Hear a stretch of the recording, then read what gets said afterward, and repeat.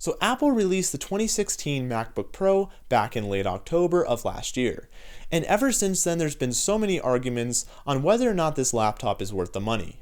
Hey guys, it's Tech Infusion, and in this video I'm going to be giving you my take on the new MacBook Pro.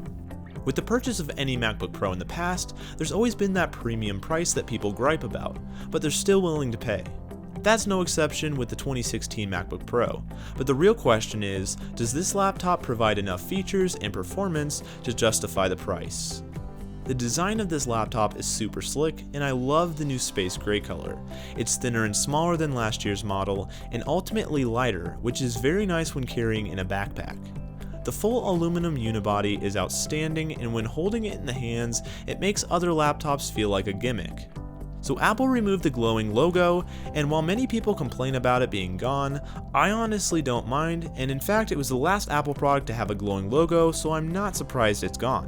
When we open up the laptop, we're greeted with a whole bunch of new features. We have a new display, new keyboard, new trackpad, new speakers, and that mysterious OLED panel above the keyboard. So probably my favorite feature of the new MacBook Pro is the new display.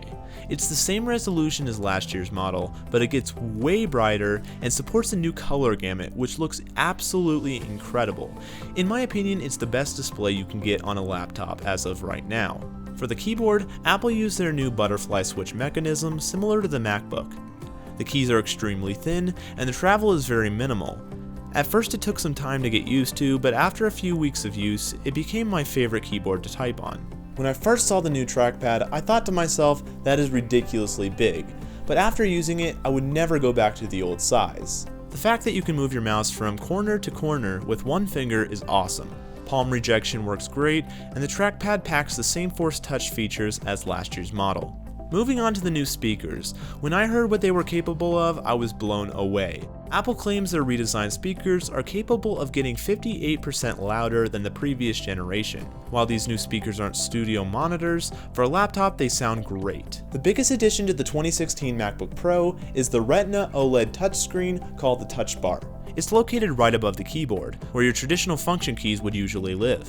What makes the Touch Bar beneficial is the fact that it adapts based on what application you're in.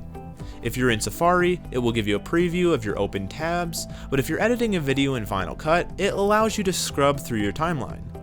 The Touch Bar is a cool, decent feature, and I'm waiting to see how third-party developers integrate it in their apps. For the first time ever, we have Touch ID on the MacBook Pros. It's located just to the right of the Touch Bar and doubles as a power button. It's made of sapphire and can be used to make purchases as well as unlock your Mac. So the new MacBook Pro only has 5 ports. 4 of them are USB-C ports, and the 5th is a headphone jack. If you didn't know, USB Type-C is starting to become very popular in many of our devices. Whether it be phones, tablets, or laptops, USB-C is starting to replace many other types of ports. USB-C is high-powered, super fast, reversible, and most likely the future port for many of our devices. Unfortunately for now, we have to use adapters and dongles to get by while the rest of the world catches up. But as more and more people get their hands on the newest MacBook Pro, manufacturers can't help but make accessories to use this new port. With USB Type-C, you're able to charge your laptop, transfer data, power multiple monitors, connect peripherals, and connect to the internet, all on one type of port. So it's pretty safe to say USB-C will be sticking around for quite some time. Battery life on this new laptop is decent. It's pretty much the same as last year's model. I wanted to see a battery improvement in the 2016 MacBook Pro, but for now, I'm just glad they didn't make it worse by thinning down the laptop. The new chips and SSDs perform crazy well, and there's definitely a noticeable boost in performance from last year's model. Personally, I only have 2 issues with the new MacBook Pro. First of all, the lack of SD card slot. I can live with only having USB-C ports, but being a pro videographer, I really wish Apple would have left it in. Being able to pull an SD card out of your camera and insert it into your laptop without the need of a dongle is very close to a necessity. Secondly is the outrageous price.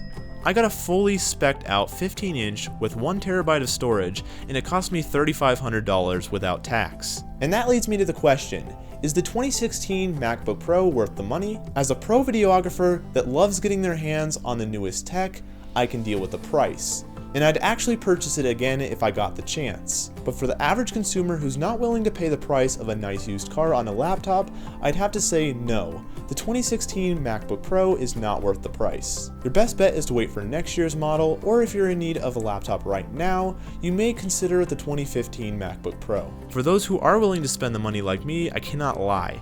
This is one very nice laptop, and I don't regret my purchase at all. As always guys, if you enjoyed this video or found it helpful in any way, please remember to leave a like, and don't forget to comment and subscribe. Let me know down below what you think of the 2016 MacBook Pro, and are you going to purchase it?